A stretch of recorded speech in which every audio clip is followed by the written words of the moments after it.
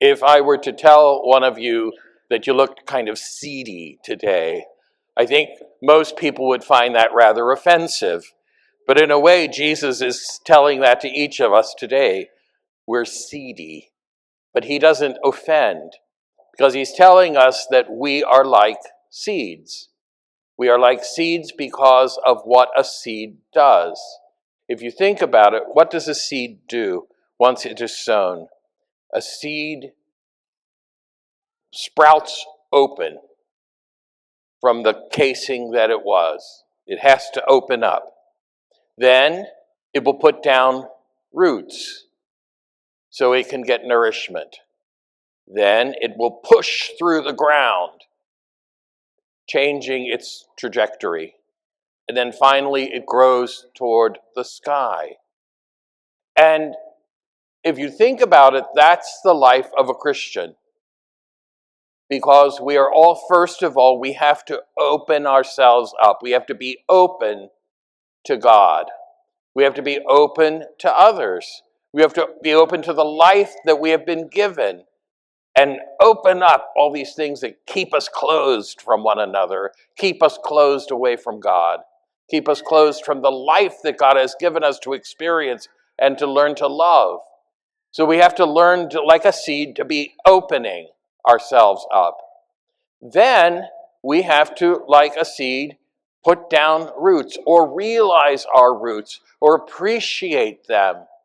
That we have a family, we have a heritage, we have a history, we have a faith that we can draw nourishment from every day and become stronger and stronger through those roots that we have been given, that we did not start.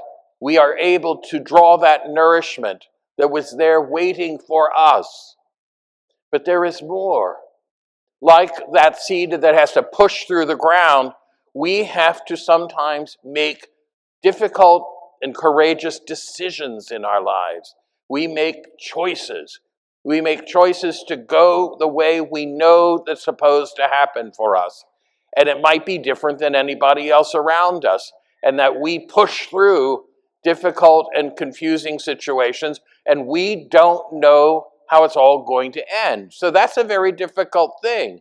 I've been working with couples for 42 years who make the promises of marriage. I had a wonderful wedding last evening. And you think that they are making a step of great courage, trusting in that love, trusting that God has brought them together. And so there's these wonderful moments where we make a decision and we push through.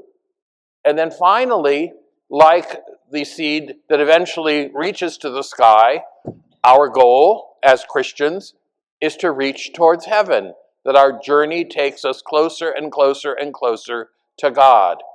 And so today we hear this parable, which is not some nice little agricultural talk.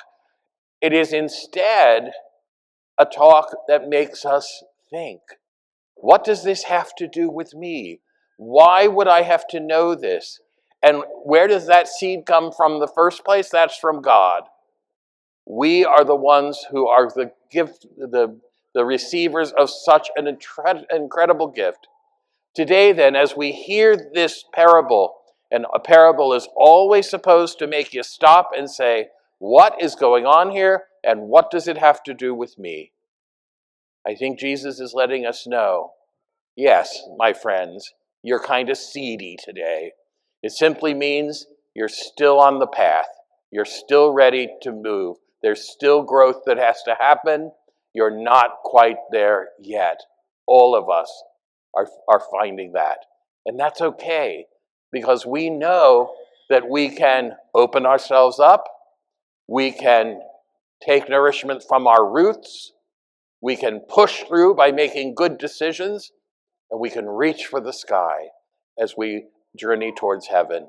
What a wonderful thing to remember as we enter the real hot days of summer, that God's love is there, taking care of us, cooling us down if we need it, showing us the way, and letting us know, yes, we're seedy, but perhaps a better word is seedlings.